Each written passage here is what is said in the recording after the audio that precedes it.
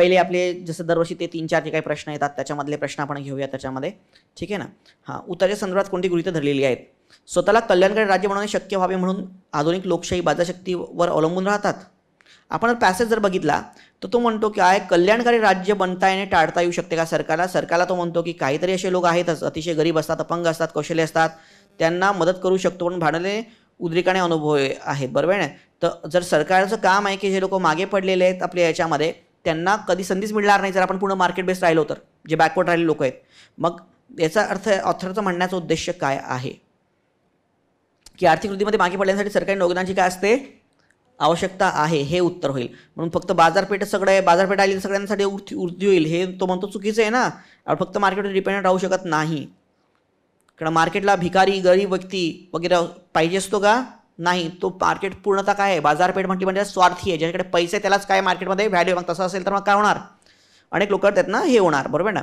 So म्हणून त्यासाठी काय असते, वेलफेअर स्टेटची काय असते, गरज असते की गरिबांकडे पैसा काय झाला पाहिजे, श्रीमंताकडनं डिस्ट्रीब्यूट झाला पाहिजे. ते अवघडच असतात, पण जर का UPSC बेस पेपर आला तर 25 प्रश्न येतील असे पेपरमध्ये. तसा जर का आला पेपर तर बस. हां, आपल्या वयातील तो म्हणतो की मुलांना भौतिकशास्त्र, गणित, इतिहास सर्व ज्ञान जे आहे ते देतो. आपण शाप ठरल्या जातील देशात मोठ्या भूप्रदेशात पडणाऱ्या दुष्काळाच्या चिंता वगैरे त्यांनी म्हणलेलं आहे. नास्तिकतावादाची शक्यता त्यांना शिकवतो का, तेवढेच म्हणणे असतं काही म्हणतो त्याच्यामध्ये. हां, अगेन तो निरंकुश जगात अचानक प्रवेश करतात, मग नंतर का त्यांना भोवऱ्यात ओढले जातात, मग त्यांना प्रश्न आपण जी जिज्ञासा वृत्ती असते त्यांची वगैरे वगैरे जी आहे ना, तर त्याची त्याला गरज असते, तर ते त्यांना त्याचं ते हे नाही होत, प्रेझेंटली फिट नाही होत. त्याचं बेटर उत्तर काय होणार, सर्वोत्तम प्रतिबिंबित करेल. बेटर आन्सर येईल की चांगले सुजाण नागरिक बनण्यासाठी सध्याची विश्वव्यवस्था सामाजिक आदर्शांनी जोडून घेण्यात कौशल्यांची काय आज मागणी आहे आपल्या याच्यामध्ये, आणि ती स्किल्स नाही आहेत आज आपल्या मुलांमध्ये. म्हणून उत्तर येईल पर्याय क्रमांक 4.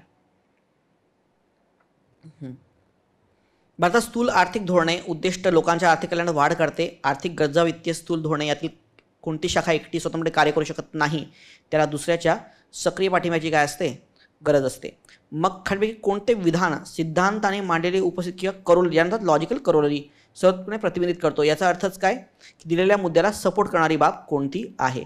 याने काय म्हटलेलं आहे की कोणतेही आर्थिक अथवा वित्तीय स्थूल धोरणे जे आहेत यात कोणतीही शाखा एकटी किंवा स्वतंत्रपणे कार्य करू शकत नाही आणि दुसऱ्याच्या पाठिंब्याची काय गरज आहे. तर मग इथे बघा, सरकारशिवाय मध्यवर्ती बँक स्वतंत्रपणे कार्य करू शकत नाही. सरकारशिवाय मध्यवर्ती बँक स्वतंत्रपणे कार्य करू शकत नाही. त्यांनी तेच म्हटलं ना की आर्थिक वित्तीय स्थूल धोरणे आहेत ते कोणती शाखा एकटी होऊ शकते का, नाही होऊ शकत. त्याच्यामध्ये तर एक होऊ शकतं. सरकारने वित्तीय बाजाराची संस्था यांचे बारकाईने नियंत्रण केले पाहिजे, बारकाईने नियंत्रण केले पाहिजे याच्याबद्दल तो बोलतोय का, नाही. हां, साम्यवादी धोरणाशी बडी जुळते. साम्यवादी लोकांच्या आर्थिक कल्याणात सुधार करण्यासाठी वित्तीय क्षेत्रात सुधारणा करणे काय आवश्यक आहे. आणि चौथं सुद्धा मार्क केलं असेल की आर्थिक कल्याण लोकांचा, पण आर्थिक कल्याणात वाढ करणे असं आहे. भारताचे स्थूल उद्दिष्ट जे आहे ते वाढ करणे बरोबर आहे. हां, तर मग आता त्याच्यासाठी तो म्हणतो कोणती एकामेका दुसऱ्याची आवश्यकता आहे, पण त्याचं वित्तीय सुधारणा करा. आता कोणी चौथं पण घेऊ शकतं, पण त्यापेक्षा प्रिफरेबल काय आहे त्यांनी म्हटलेलंच आहे की एक सेक्टर काय दुसऱ्याचे सर हे करत नाही. हा UPSC ॲक्च्युअल पॅसेज आहे. UPSCच्या आन्सर की ऑफिशियल आन्सर कीनुसार सुद्धा याचं उत्तर काय दिलेलं त्यांनी एकच दिलेलं आहे. हां, नेक्स्ट हा आपलं जे सर्वात जवळून काय समांतर युक्तिवाद. आपण दर टेस्ट बघा 4च्या 4 टेस्टमध्ये आपण हा एक पॅरलल रिझनिंगचा प्रश्न टाकलेलाच आहे. जो फ्लो त्याच्यामध्ये होतो प्रश्नामध्ये तोच फ्लो आपला याच्यामध्ये आला पाहिजे. याच्या आधीच्या सुद्धा तिन्ही MPSC बेस्ड टेस्टमध्ये आपण हा प्रश्न टाकलाच होता. हां, तर बघा, तुम्ही बासी वादनाचा सराव केला तर तुमचे वादन सुधारेल. मी तबला वादनाचा सराव केला नाही म्हणून माझे तबला वादन सुधारले नाही. पुढच्या महिन्यात स्पर्धा म्हणून चांगले काम करण्यासाठी मी कष्ट केले पाहिजेत. ओके, तो म्हणतो की तुम्ही बासीचा सराव केला तर तुमचे वादन सुधारणार. मी सराव नाही केला म्हणून माझं सुधारलं नाही. पण आता मग मी काय करणार, मी कष्ट करणार, मी काय करणार, सराव करणार असं म्हणतंय. तर आता बघा, तुम्ही सायकलसाठी तुम्ही कष्ट घेतले तुमचा वेग वाढेल. वेग वाढवण्यासाठी मी खूप कष्ट घेतले तर जिंकण्यास सुरुवात केली. इथे बघा येतो पॉझिटिव्ह येतं. नंतर तो कारण मी हे केलं नाही आणि म्हणून माझं सुधारलं नाही. इथे नाहीचा उल्लेख आला आहे का, म्हणून त्याच्या म्हणून डायरेक्ट तिसऱ्या पर्याय बघा, तुम्ही गायनासाठी खूप कष्ट घेतले तुमचे काय सुधारेल. मी नृत्य काही कष्ट केले नाहीत आणि म्हणून नृत्य सुधारले नाही. आणि येत्याच्या स्पर्धा आहे आणि उच्च श्री मिळवण्यासाठी मी सराव केला पाहिजे. येस, सूत्रकडे पर्याय क्रमांक 3. हां, याच्यामध्ये प्रश्नचिन्हाचा की कोणते अक्षर येईल हे विचारलेलं आहे आपल्याला. सो व्हॉट विल बी, तिथे काय 4 दुनी 8 हे गुणाकार करा. चला 4 दुनी 8 आणि 8 दुनी काय 16. सो 16 म्हणजे कशाचा नंबर आहे, पीचा. साइन 3 18, 18 गुणिले 1 म्हणजे काय 18. 18 कशाचा नंबर आहे, अल्फाबेटिक ऑर्डरमध्ये. आर म्हणजे किती आहे तर 18 ना. हां 5 दुनी 10, 10 दुनी 20, 20 कोणाचा नंबर आहे टीचा. मग 3 3 9, 9 दुनी काय 18, 18 कशाचा नंबर आहे पुन्हा आरचाच. बरोबर आहे ना. म्हणून उत्तर पर्याय क्रमांक 1. Got it. हां चला नेक्स्ट तुम्हाला पझल दिलेली आहे. एक PQRST 6 मजले आहेत, ग्राउंड फ्लोअरला 1 आहे आणि सर्वात उंच असलेल्या फ्लोअरला 6 असे क्रमांक देण्यात आलेले आहे. आणि 6 लोकांना वेगळे वेगळे जे पांढरा रंग आवडत नाही याच क्रमाने हिरवा आणि रंग आवडतात. ओके, तर काही 5-6 लोक आहेत त्यांना 6 आवडते रंग आणि ही पझल आहे त्याच्यामध्ये. तर ठीक आहे, मी तुम्हाला सांगितलेलं ऑलरेडी की पझल जी आहे आपण जर डिस्कस करायला घेतलं तर याला पूर्ण सेट करायला 15 मिनिटं आपली जातील. म्हणून मी तुम्हाला माहिती आहे की आपण विश्लेषणामध्ये लिखित त्याच्यामध्ये दिलेलं आहे. तर आपल्या बघा या विश्लेषणात बघा त्याच्यामध्ये ते रिटर्न आहे, तुम्ही घरी ट्राय करा, त्याच्यामध्ये तुम्हाला येऊन जाईल. त्याच्यामध्ये ही तुम्हाला फायनल अरेंजमेंट जी आहे ती अशी येते त्याच्यामध्ये की माझे पझल्सचे काही व्हिडिओज आहेत ते व्हिडिओज एकदा बघून घेणार त्याच्यामध्ये. ओके, ते व्हिडिओ बघून घ्याल तर त्याच्यावरनं तुम्हाला अंडरस्टँड होऊन जाईल. ओके हां 57 बघा. 57वा प्रश्न काय, निश्चित संख्ये एवढ्या व्यक्ती अनिलच्या घरी पार्टीसाठी गेल्या. तिथे उपस्थित प्रत्येक व्यक्ती अनिलची कोणत्या ना कोणत्या नात्याने जोडलेली आहे. प्रत्येक व्यक्तीचा काय अनिलशी काहीतरी संबंध आहे. अपूर्व अशोकची आईकडून आजी आहे. तर अशोक जर आहे तर त्याची आई येईल पहिले, बरोबर आहे. हां कोणतरी आई असेल आणि त्याची आई म्हणजे काय अपूर्वा, बरोबर आहे. हां तर अपूर्व आहे. आईकडून आजी म्हणजे काय, सो आईची आई, बरोबर आहे ना. हां मग आता बघा तिला 3 अपत्य म्हणजे कोणाला, तिच्या आईला. म्हणजे एक झालं काय हे अशोकची आई, एक आणखी हे झालं आणि एक आणखी काहीतरी होईल. ठीक आहे, 3 अपत्य आहेत कोणाला, अपूर्वाला, ज्यामध्ये 2 मुली आणि 1 मुलगा आहे. या 2 मुलीपैकी एक कोण आहे, अशोकची आई, आणि एक कोणतरी काय असेल, मुलगा असेल. ठीक आहे. अनिल हा अरुणचा मुलगा आहे. अनिल कोणाचा मुलगा आहे, अरुणचा मुलगा आहे, जो अपूर्वाचा पती आहे. लक्षात घ्या. मग अपूर्वाचा पती आहे कोण, अरुण, आणि त्याचा मुलगा कोण आहे, अनिल. हां ठीक आहे. अमित अमनशी विवाहित आहे. अमितचा विवाह कोणाशी झालेला आहे, अमनशी. हां अमनीशी विवाहित आहे. ठीक आहे. हां अमित अमनशी विवाहित, जो अपूर्वाचा जावाई आहे. जो कोणाचा जावाई आहे, अपूर्वाचा. म्हणजे अमनी जी आहे ती कोणाची मुलगी झाली, अपूर्वाची. अमर ही अशोकची आई आहे. अशोकची आईचं नाव काय, अमर आहे. ओके, आणि ती अमितची काय बहीण आहे. ओके, सो ही काय अमितची बहीण आहे, अमर. ओके हां अगेन अमर अशोकची आई आहे आणि अमितची काय बहीण आहे. हां अशोकने अश्विनीची विवाह केलेला आहे. तर जो अशोक आहे त्यांनी कोणाशी विवाह केलेला आहे, अश्विनीशी विवाह केलेला आहे. तर अश्विनीचे अरुणशी नाते काय होईल,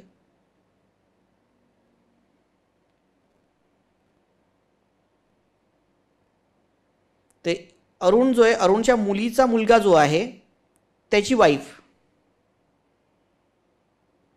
बरोबर आहे. मग इथे सून नाही, सूनचे पण नेक्स्ट स्टेप ना, म्हणजे याच्या मुलीची हे आहे ना, नातूसून ज्याला आपण म्हणतो ना, ती नातूसून होईल.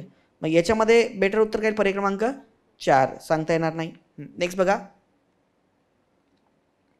दिलेल्या माहितीवरून एम्प्लॉईज आर ऑलवेज पंक्च्युअल ब्ला प्लास ला क्ला आहे. तर मॅनेजर आर ऑलवेज ला म्लास ला प्लाट ला आहे. आणि हे आहे ज्युनियर ऑलवेज हे आहे. तर पंक्च्युअल ज्युनियर्स याला कसे लिहितात. तर इथे बघा तुम्ही जर बघितलं तर हे जर कंपॅरिझन करत, आपण खूपदा असे एक्झाम्पल घेतले त्याच्यामध्ये पहिले 2 स्टेटमेंटचं कंपॅरिझन करा, नंतरच्या 2चं करा, तिथनं करायचं. तर तुम्ही ऑलवेजचा अर्थ स्ला येतो, प्रीचा येतं, याचं येतं, हे 4 याच्या तुम्हाला उत्तर येतात. पण ज्युनियर्स आणि पंक्च्युअलसाठी नेमकं काय म्हणता येईल हे आपल्याला येत नाही, म्हणून याचं उत्तर काही माहिती अपूर्ण आहे. ओके हां नेक्स्ट आपण त्यामध्ये घेतलं होतं की 6 बिंदू PQR XYZ आहेत. Q हा Pच्या 6 मीटर पूर्वेला आहे. तर बघा Q जो आहे तो Pच्या काय, हे बघा तिथे A झालं होतं त्याला P करा आपल्या याच्यामध्ये. ते मी तुम्हाला करेक्शन सांगितलं होतं. बघा हां 6 मीटर पूर्वेला आहे Q. ठीक आहे. R हा Pच्या 8 मीटर दक्षिणेला. तर R जो आहे तो Pच्या, तर इथे X नाही, इथे काय R पाहिजे बघा, सॉरी हां R हा 8 मीटर दक्षिणेला आहे, सॉरी इकडे आला. नेक्स्ट X ही Qच्या 8 मीटर दक्षिणेला आहे. X ही Qच्या काय 8 मीटर दक्षिणेला आहे. वाय हा एक्सच्या 8 मीटर पूर्वेला आहे, वाय हा एक्सच्या 8 मीटर पूर्वेला आहे आणि झेड हा वायच्या झेड जो आहे तो वायच्या 10 मीटर दक्षिणेला आहे. एने निश्चित ए कुठे माहीत नाही आपल्याला. एने निश्चित सुरुवात केली 5 मीटर चालला, नंतर उजवीकडे वळाला 14 मीटर चालला, त्यानंतर डावीकडे वळाला आणि काय पुन्हा 5 मीटर चालला आणि झेडला येऊन पोहोचला. तर ए पासूनच्या बिंदूपासून पीचे अंतर किती, ए पासून पीचे अंतर किती आहे. ओके, तर आता हे आपण जर बघितलं तर हे किती 5 आहे, हे किती पुन्हा 5 आहे, हे किती 10 आणि हे 8. तर 10 आणि 10 20 आणि 8 काय 28. 59चं काय 28.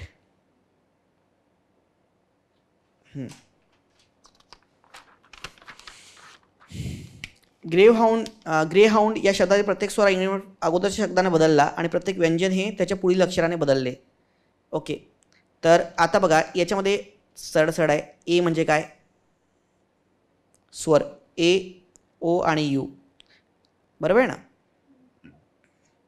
तर इथे प्रत्येकाला काय करा -1, बरोबर आहे. आणि बाकी सगळे जे व्यंजन आहेत त्यांना काय करा +1. तसं चेंज म्हणजे जीचं काय होणार, जी व्यंजन आहे ना तर पुढचं अक्षर, तर जीचं काय एच आरचं एस, पण ए स्वरला मागचं अशाने चेंज केलं आपण. तर तो काय म्हणतो की याच्यामध्ये जर का आपण बघितलं तर किती अक्षर आहेत की जे रिटर्न येतात आपल्या या वर्डिंग्समध्ये, किती अक्षर आहेत किती काय येतात रिपीट होतात. जर आपण बघितलं कोणतं, एक एच रिपीट झालं, एच वरती होता, एन रिपीट झाला, एन वरती होता आणि ओ झाला. तसे किती शब्द आलेत 3. येस, असे किती आले वर्ड्स 3 आलेत ना. 3 शब्दांची पुनरावृत्ती म्हणून 60चं उत्तर काय होईल, पर्याय क्रमांक 3 होईल. हां. 61. रमेला आठवते की तिच्या भावाला एका महिन्यात 20व्या दिवसानंतर ती भेटली होती, जो शनिवार होता. तर तो काय होता, शनिवार होता. ओके, तर त्या महिन्यातील दुसरा दिवस बुधवार होता. आता बघा दुसरा दिवस काय होता, बुधवार होता त्या महिन्यातला. तर नेक्स्ट बुधवार कधी येईल 7ला, सॉरी 7 दिवसानंतर ना, म्हणजे काय 9 तारखेला. त्याच्या नेक्स्ट किती होईल 9 आणि 7 16. त्या नेक्स्ट किती होईल 23. 23ला काय होता बुधवार. तर मला सांगा 20 तारखेनंतर, तर मग आता बुधवारच्या आधी जो शनिवार आहे, बरोबर, तर कधी भेटली होती शनिवार, तर शनिवार तर 20 तारखेच्या आधीच होऊन जाईल ना, आधीवाला जो आहे, बरोबर आहे. म्हणजे 18 तारखेला होऊन जाईल. म्हणजे इथे नाही, ते 23च्या नंतर बुधवार, गुरुवार, शुक्रवार, शनिवार, बरोबर आहे. गुरुवार, शुक्रवार, शनिवार, 23 24 25 26, बरोबर आहे ना. तर उत्तर काय तुमचं 26 तारीख. सोबतचा प्रश्न एकदम.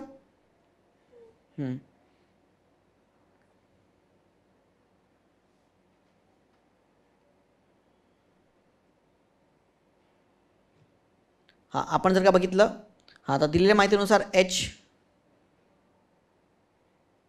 HTWCGY, तर त्याचं चेंज काय केलं त्याने WTHCGY. इथे काय बघा CGY कॉन्स्टंट आहे किंवा, बरोबर आहे. फक्त त्यांनी काय केलं एच इकडे केला आणि डब्ल्यू इकडे केला. इथे पण बघा हा चेंज आणि हा चेंज आहे, बाकी कॉमन आहे, बरोबर आहे. तर मग LEG TDRला काय होणार रे, TDR कॉन्स्टंट येईल, एलचा इकडे जाईल ई, तो EGL TDR, EGL TDR. उत्तर काय पर्याय क्रमांक 3. 62चं काय होणार 3 होईल. 63. रिक्त जागी पर्याय 4 अक्षर ठेवली आहेत तर क्रमिक संख्या येते. इफ आपण त्याचा काय सिक्वेन्स बघितला, आता इथे जर आपण बघितलं तर इथे आपल्याला काहीतरी फिलअप करून, मग हे जे काय करायचे म्हणजे पर्याय जे आहेत आपण स्वतः फिलअप करून बघायचे आणि त्यातनं काय येतं, काही कॉन्सेप्ट आपल्याला कळतं का, असं. म्हणजे जेव्हा आपण अशा प्रकारचे प्रश्न सॉल्व्ह करतो तर लक्षात घ्या, हे जे प्रश्न थोडे दिसायला सोपे असतात पण खूप कन्फ्युजिंग असतात. आता इथे कॅपिटल लेटर यूज केलेलं आहे, मोस्ट ऑफ द टाईपचं स्मॉल लेटर असतात, त्यांनी आणखी कन्फ्युजन काय होतं वाढतं याच्यामध्ये. आता जर आपण हे जे आहेत ना फिल इन द बँकसाठी ठेवा, ए मी इथे ठेवला पहिला, इथे दुसरा डी आहे, इथे काय ई आहे, त्यानंतर काय ए, पुन्हा ए डी, ई नंतर पुन्हा डी डी डी डी. तर ABCD ई, ABCAD ED. काही फिट बसते का याच्यामध्ये, नाही. ओके, हां, मग अशा याच्यात तुम्हाला टाकून द्यावं लागेल, त्याशिवाय पर्याय नाही. आता आपण जर याच्यामध्ये बघा पर्याय 4 टाकला,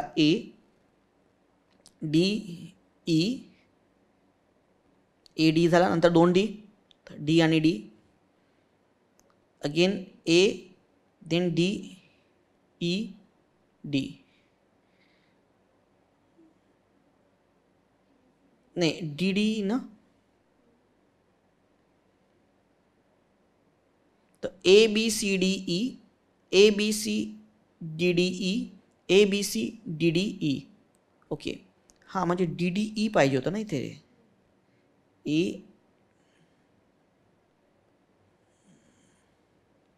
हे डी आणि ई मागे पुढे झालं मला वाटतं. हे ईकडे पाहिजे आणि इकडे डी पाहिजे आधी, करेक्ट ना. हां, त्यामुळे मग कॅन्सल करू आपण, काही इश्यू नाही.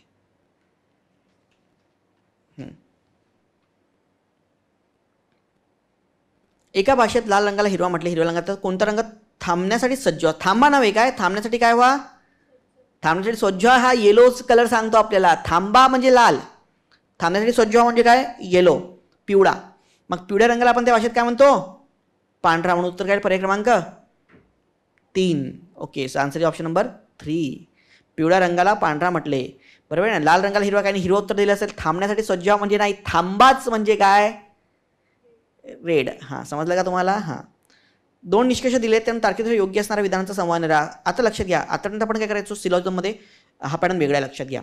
आपण जर बघितलं तर याच्या आधी आपण एक पॅटर्न विधानं दिलेली असेल, त्याच्यावर आपल्याला काय करायचं, निष्कर्ष. इथे लक्षात, इथे ऑलरेडी निष्कर्ष दिलेली आहेत आणि ही निष्कर्ष जी आहे ती कोणत्या विधानावरून येतात हे आपल्याला कळावं लागेल. ओके, तर आपण जर बघितलं तर लक्षात घ्या, काही डी हे बी आहेत आणि काही ई हे, बघा इथे 3 मध्ये या, काही डी हे बी हे डी आहे म्हणजेच काय, काही डी हे बी आहेत, काही ई हे ए आहेत म्हणजेच काय, काही ए हे ई आहेत. या तिसऱ्या विधानावरून तुम्हाला ही दोन्ही निष्कर्ष प्रॉपर येतात. म्हणून उत्तर काय, पर्याय क्रमांक 3.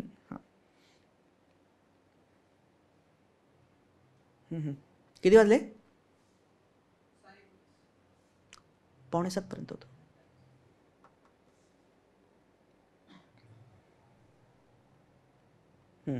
एक्स आणि वाय ही 2 संमिष्ट आहेत. जस्त आणि तांबे या दोघांचे मिश्रण बनवले आहेत. त्याची प्रमाणे म्हणजे जस्त आणि तांब्याचे प्रमाणे 6 आणि काय 9 आहेत. याच्यामध्ये किती आहेत, 7 आणि 11 आहेत. एक्स संमिश्राचे 40 ग्रॅम आणि वायचे 60 ग्रॅम वितळून झेड संमिश्र बनवले तर नवीन झेडमध्ये जस्त आणि यांच्या तांब्याचं प्रमाण किती होणार. ओके, सो चला विश्लेषण ओपन करा आपलं.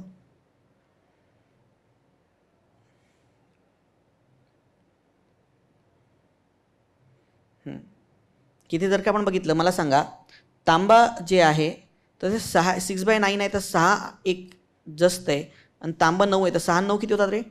तांब्याचं जस्ताचं प्रमाण जे आहे ते 9चा 15 पैकी किती आहे, 6 पार्ट आहे. तांब्याचं किती आहे, 9 पार्ट आहे 15 पैकी. आता हे किती, दोन्ही किती आहे, 40 ग्राम आहे ना, तर 14 ग्राम आणि 40 ग्राम, तर 16 ग्राम आणि 24 ग्राम. वाय संमिश्रामध्ये जर आपण बघितलं तर वाय संमिश्रमध्ये जर आपण बघितलं तर त्याच्यामध्ये जर आपण बघितलं 11 आणि 7 म्हणजे किती होणार, 18.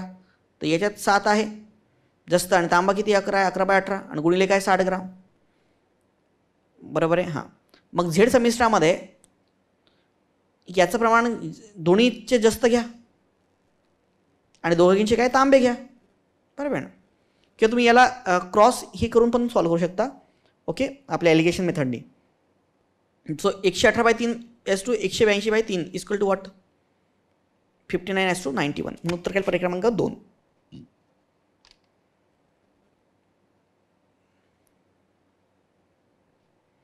एका खेड्यात 22% कुटुंबे कृषी जमिनीचे मालक आहेत. ओके, आणि 18% कुटुंबाकडे मोबाईल फोन आहेत आणि 1600 कुटुंब ही कृषी जमीन आणि मोबाईल फोन दोन्हीची पण मालक आहेत. ओके, जर 68% कुटुंबाकडे दोघांपैकी एकही नसेल तर त्या खेड्यात एकूण किती कुटुंब आहेत. ओके, तर लक्षात घ्या, जर का आपण बघितलं तर 1% लोकांकडे मोबाईल फोन आणि कृषी जमीन आहेत, आपण असं कन्सिडर करू. टक्केवारीमध्ये येतं टक्केवारी. ओके, मोबाईल फोन आणि कृषी जमिनी आहेत X%. मग मला सांगा, फक्त मोबाईल यांच्याकडे कृषी जमीन नाही, असे किती झाले, 22 - X.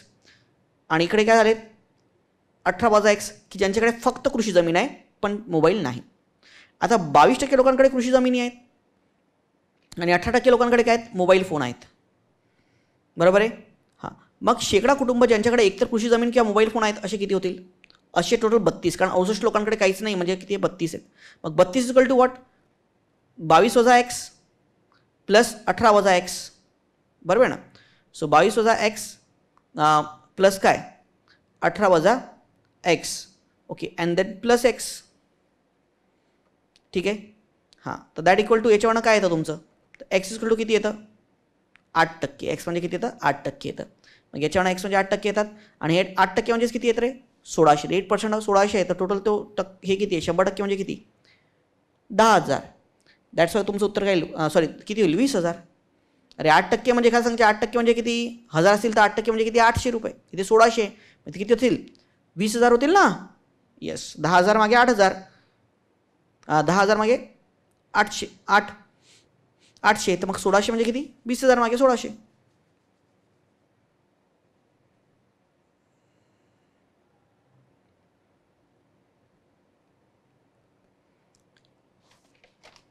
हां, धीरज काय सेल्स म्हणून कार्यरत आहे, त्याने 10,000पर्यंत 1,00,000पर्यंत विक्री केली तर त्याला 6% व त्याकडे विक्री करता 5% कमिशन देते. शैलेश कंपनीला 2,65,000 रुपये त्याची कमिशन कापून देत असेल तर शैलेशने विक्री किती केली? तर लक्षात घ्या, समजा त्यांनी यस इतके रुपयाची विक्री केली किंवा सेल केला, किती रुपयाचा? यस रुपयांचा. पण त्यांनी पूर्ण दिलेत का? नाही, त्याचं कमिशन कापलं ना. तर समजा पहिले 1,00,000पर्यंत त्याला किती कमिशन भेटते? 6%. म्हणजे 1,00,000चे 6% म्हणजे किती? 1,000. 6,000 ना. 6% म्हणजे किती? 6,000. अगेन पुढचा अमाऊंट जो आहे तो आपल्याला माहिती आहे ना किती आहे, तर आपण सेलमधनं आता 1,00,000 त्यांनी कमिशन घेतलं तर 1,00,000 रुपये त्यातनं काय होतील? कमी होतील ना. आणि त्याचे किती टक्के? 5%. त्याचे 5%. आणि हे दॅट इक्वल्स टू, हे येस मग जेव्हा तुम्ही हे महिन्यात करा तेव्हा दॅट इक्वल टू 2,65,000. आणि पुढे तुम्हाला कॅल्क्युलेशन दिलेलं आहे, ते कॅल्क्युलेशन्स करा. At the end you will get the answer as 2,80,000. म्हणून तुमचं उत्तर काय येईल? 2,80,000 होईल. करेक्ट? कळलं प्रत्येकाला? 69th. सततच्या होणाऱ्या बदलीच्या नियमानुसार 5व्या ग्राहकाला मिळणारे, आता ह्यांनी बघा काय म्हटलंय, एक दूध विक्रेता आहे, तो 40 लिटर क्षमता असलेल्या दूधच्या कॅनमधून 10 लिटर दूध आपल्या ग्राहकाला विकतो. मात्र त्यानंतर तो कॅनमध्ये 10 लिटर पाणी मिसळतो. लक्षात घ्या, तो आता बघा पहिले किती आहे? 40 लिटर आहे. पहिले त्याच्याकडे दूध किती होता? 40 होता. ओके, पण पाणी किती? तो 0. नंतर त्यांनी 10 लिटर दूध काढलं तर राहिलं किती? 30. पण नंतर त्यांनी पाणी होतं, इथे झालं 40. 30 लिटर दूध, नंतर काय झालं? पाणी. आता लक्षात घ्या, नेक्स्ट तो 10 लिटर, आता दूध आणि पाणी मिक्स झालं नाही तर पूर्ण फक्त वेगळं दूध काढू शकतो का तो? आता जे काही तो काढणार ते मिक्सचर आहे दूध आणि पाण्याचं, ते 10 लिटर जाईल, बरोबर आहे. आणि त्याच्या जागी पुन्हा 10 लिटर काय येईल? पाणी येईल. असं त्याला 5 वेळा प्रोसेस करायची. असे सॉल्व्ह करता येत नाही प्रश्न. म्हणून लक्षात घ्यायचं आहे की सर फॉर्म्युला आहे की समजा ए क्वांटिटी आहे, लक्षात घ्या, ए काय? ओरिजिनल क्वांटिटी, आणि बी म्हणजे काय? रिप्लेसमेंट. किती लिटर तो रिप्लेस करतो. तर त्या केसमध्ये जितके पण टर्म्स आहे आणि एन काय? नंबर ऑफ टाइम्स, किती वेळा तुम्ही चेंज करता. तर याचं हे लक्षात घ्यायचं काय आहे. सो त्याचा फॉर्म्युला आहे तो लिहून घ्या. ए गुणिले 1 वजा बी भागिले ए टू दी पॉवर एन. हा फॉर्म्युला रट्टाच मारावा लागेल तुम्हाला. तुम्ही असं के करत बसाल, मी लॉजिकली पण शिकू शकतो, पण त्याला काय इतका वेळ नाही आपल्याकडे. ए म्हणजे किती रे आपल्याकडे? 40. ओरिजिनल क्वांटिटी किती होती? 40. 1 वजा बघा, ए म्हणजे काय? Original quantity 40. 1 किती लिटर रिप्लेसमेंट आहे? 10. आणि टू दी पॉवर भागिले काय? 40. आणि याची पॉवर काय? तर 5 वेळा. किती वेळा चेंज केला? तितक्या वेळा. किती वेळा चेंज करतो? 5व्या ग्राहकाला, म्हणजे 5 वेळा तो चेंज करेल. सो हे दिले टू दी पॉवर 5. कळलं तुम्हाला? हां, मग जर आपण इथे बघितलं तर 1/4 होईल. 1/4, 4 वजा 1 म्हणजे काय? 3/4. 40 गुणिले 3/4 टू दी पॉवर 5. आता हे तर तुम्हाला 3/4 गुणिले 3/4 करावं लागेल समजा, तिला कॅल्क्युलेशनचा पर्याय नाही. सो 405 भागिले काय? 128 लिटर. सो 69चं उत्तर काय येईल मग? पर्याय क्रमांक 4 होणार.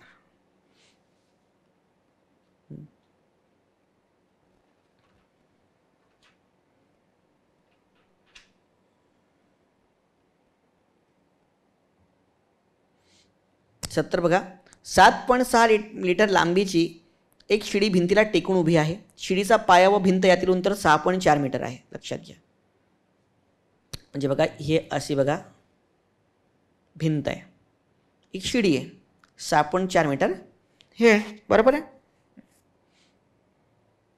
आणि शिडीची लांबी किती? 7 पडतं. तर ही शिडी, लक्षात, शिडी अशी राहते ना उभी. शिडी कशी राहते? अशी उभी राहते ना.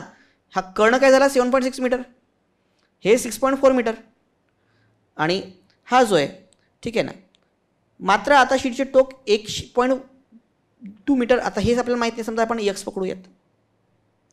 आता खाली घसरलं तर मला सांगा, शिडीचं टोक इकडे घसरलं तर हे इकडे वाढेल की नाही? Yes or no? हां, मग आता हेच वाढण्यामुळे काय तो म्हणतो की ते पुढे जाईल. तर मग शिडीचा पाय किती अंतराने पुढे सरकणार ते आपल्याला काढायचे. इथे काय तर पायथागोरसचं प्रमेय येतं. सगळ्यात पहिले आपण जर का बघितलं तर आपल्याला जेव्हा हे 6.4 आहे आणि 7.6 आहे कर्ण, तर याच्यावरच दुसरी बाजू आपल्याला काढावी लागेल.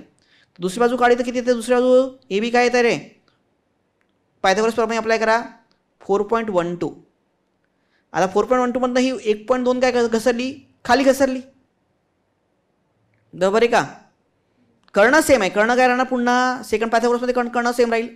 पुन्हा 7.6 हा 4.1 मधनं 1.2 कमी झाला आणि अगेन पण ही काय याचा वर्ग आपल्याला ही बी सी आता नवीन काढायची, तर ही किती येते 7च्या आसपास 7.2 असं काहीतरी येते.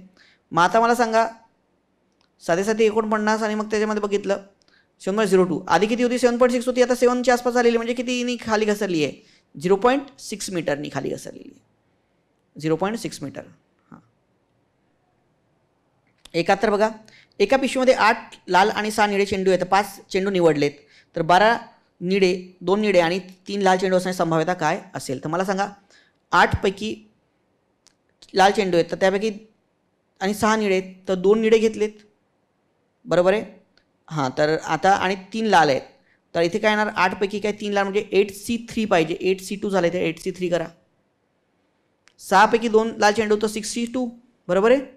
14 पैकी 5 चेंडू निवडण्याची संभाव्यता, आता आपल्याला ओव्हरऑल संभाव्यता काय टोटल 14 चेंडू आहेत 8 आणि 6 हे 14 पैकी आपण किती निवडले 5 तर 14C5 so 6C3 multiply 6C2 upon 14C5 तर उत्तर काय 60/143 60/143.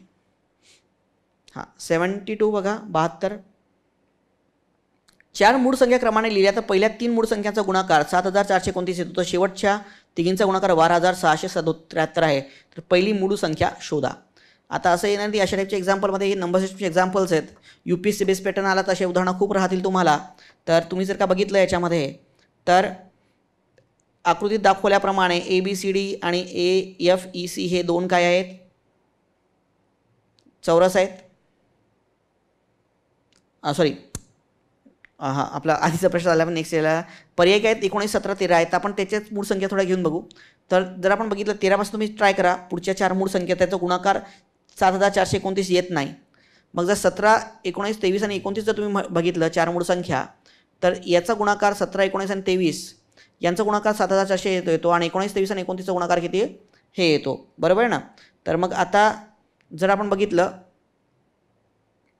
तर इथे पहिली मूळ संख्या म्हणजे याच्यामधली कोणती होईल 17, मग म्हणून उत्तर पर्याय क्रमांक 2 17 होईल 17 होईल. हां तर हा होईल प्रश्न. हा नेक्स्ट बघा आता काय म्हटलं त्यांनी शेजारी आकृतीमध्ये ABCD आणि ACF हे 2 काय आहेत चौरस आहेत आणि AB म्हणजे काय रे AB काय आहे 5 सेंटीमीटर आहे, ABची व्हॅल्यू त्यांनी दिलेली AB किती आहे आपली 5 सेंटीमीटर आहे.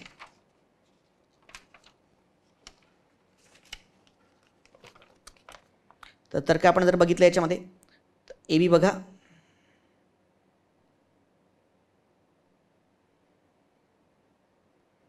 पाच सेंटीमीटर.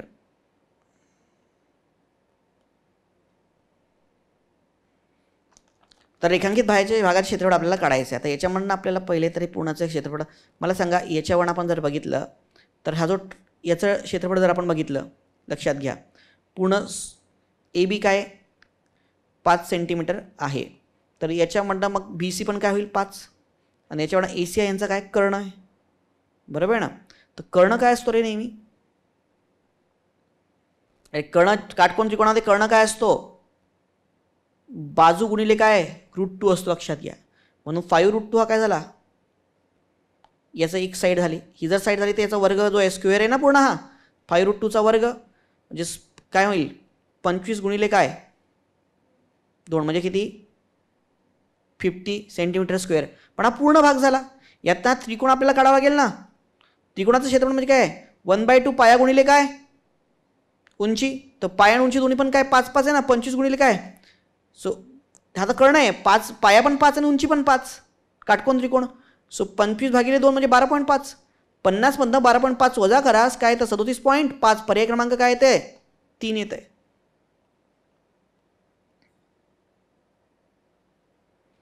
144चे 3 संख्यात विभाजन केले असता पहिल्या संख्येचा 1/3 दुसऱ्या संख्येचा 1/4 तिसऱ्या संख्येचा 1/पंचमांश इतका असेल त्या 3 संख्या कोणत्या. अशा टाईपच्या याच्या एक्झाम्पल्समध्ये सरळ सरळ काय करायचं डायरेक्ट ऑप्शन थ्रू जायचं. तुम्ही काहीतरी हे करता त्यामध्ये सरळ सरळ काय करायच्यामध्ये ऑप्शन थ्रू जा, ठीक आहे. आणि ऑप्शन थ्रू तुम्ही जर का गेलात तर त्याच्यामध्ये तुमच्या लक्षात येईल की पहिल्या संख्येचा 1/3 जर का बघितला तर हा किती 1/30चा किती 10 येतो, पण 1/4 52चा 1/4 10 येतो का रे? नाही, म्हणजे पहिला पर्याय रद्द.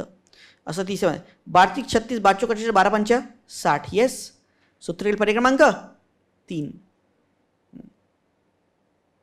नेक्स्ट, एका ग्रंथालयात 8 पुस्तके आहेत, यापैकी 3 पुस्तके निवडायची आहेत, तर बीजगणिताचे पुस्तक निवडले असेल तरच भूमितीचे पुस्तक सुद्धा निवडता येईल.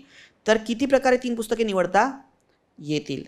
तर त्याच्यामध्ये किती प्रकारे तुम्हाला काय 3 पुस्तकं काय करता येतील, निवडता येतील, हा प्रश्न आहे आपल्याला.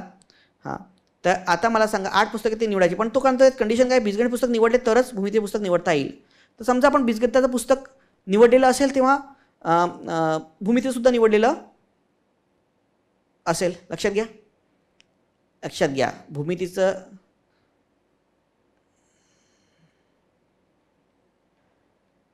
पण पहिलं आपण जर का बघितलं तर भूमितीचं निवडलं असेल तर बीजगणिताचं सुद्धा आपण निवडलेलं आहे.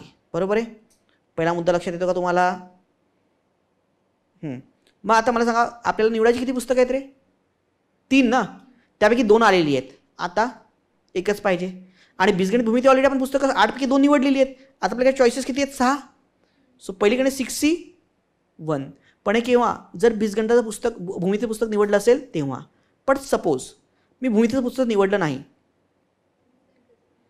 नाही, असं नाही आहे, लक्षात घ्या. भूमितीचं निवडलं नाही म्हणून बीजगणिताचं निवडलं नाही असं नाही. लक्षात, बीजगणित निवडलं, भूमिती निवडायचं बीजगणित निवडावं लागेल, पण बीजगणिताचं निवडलं तर भूमिती निवडायचं असं नाही आहे. चॉईस आहे ती, बीजगणित पण नाही घेतलं पण भूमिती निवडायचं असतं तर कंडिशन आहे. तर मग लक्षात घ्या, इथे आपण काय बघतो, तर आता आपल्याला भूमितीचं मी निवडलं नाही म्हणजे मला 3ही निवडायची आहेत. अरे भूमितीचं मी निवडलेलं नाही ना, तुम्हाला किती पुस्तकं निवडायची? 3. आणि चॉईसेस किती आहेत? 7. 8 होती, भूमिती नाही पाहिजे. सो किती आहे? 7C3. सो 7C3 काढा आणि 6C1 म्हणजे किती येतं? 6. आणि 7C3 किती येतात? कॅल्क्युलेट करा, येतात 35. सो 35 आणि 6 म्हणजे किती होणार?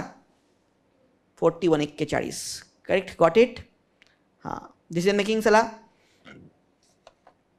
महात्मा गांधी राष्ट्रीय रोजगार हमी योजना मनरेगा संबंधी एका तालुक्याचे प्रमुख आहात. सदर तालुक्यात अनेक अकुशल बेरोजगार आहेत, त्यांना काम नाही, तरी सदर योजनेचा लाभ घेण्यासाठी अत्यल्प संख्येनेच मजूर येत आहेत. अशा प्रसंगी संबंधित तुम्ही काय कराल? संबंधित योजनेच्या मानधनात वाढ करण्यावर शासनाला लेखी कळवाल. आणि लोकांना अवेअरनेस आणावं लागेल ना त्यासाठी. पर्याय काय? तर 4th, मनरेगा योजनेची सर्वांगीण माहिती करून गावातील ग्रामपंचायत व ग्रामसभेतून मार्गदर्शन कराल. बरोबर आहे ना? हां, जाहिरात करून नोंदणीच्या प्रक्रियेत सुलभता आणाल. येस. हां, 77. एक वेळ अशी होती की राज्य विद्यापीठामध्ये पदव्युत्तर अभ्यासक्रम पडणे मोठी उपलब्धी मानली जायची. बरोबर आहे. राज्यात प्रवेश मिळण्यासाठी कणिक स्पर्धेला तोंड लागत द्यायचे, पण मग आता खाजगीकरण केले जात असल्यामुळे लक्षण बदल झालेला आहे. फक्त हुशार नाही तर बुद्धिमान विद्यार्थीसुद्धा आता राज्य विद्यापीठात प्रवेश घेण्याचे टाळत आहेत. उच्च शिक्षण आणि संशोधनासाठी इथे वाव मिळत नाही असं लक्षात येतं. मग उच्च शिक्षण याने तुम्ही काय करणार? सर्व विद्यार्थ्यांना मोफत शिक्षणाची व्यवस्था कोण होणार का रे? मेन आपल्याला काय, संशोधन आणि उच्च शिक्षणाचे वाव मिळाला पाहिजे. पायाभूत यासाठी आपल्याला काय करावं लागेल? पायाभूत संरचना काय करावी लागेल? बदलावी लागेल ना. आणि त्यासाठी काय द्यावं लागेल आपल्याला? अधिक निधी उपलब्ध करून द्यावा लागेल. हां, शिष्यवृत्तीची तरतूद कराल. अरे पण तो म्हणतो जे गरीब विद्यार्थी किंवा हे ते त्यामध्ये अजूनही असेल, पण त्यात हे आहे का फी कमी करून का त्याच्या फॅसिलिटीज कशा होईल? पायाभूत संरचना बदलावी लागेल. बेटर उत्तर काय पडले? क्रमांक 2. हां, अगेन राज्य पोलिसांनी धक्कादायक बाब शोधून काढलेली आहे. पोगंडावस्थेतील लोक आहेत, ते व्यसनात सापडलेली आहेत.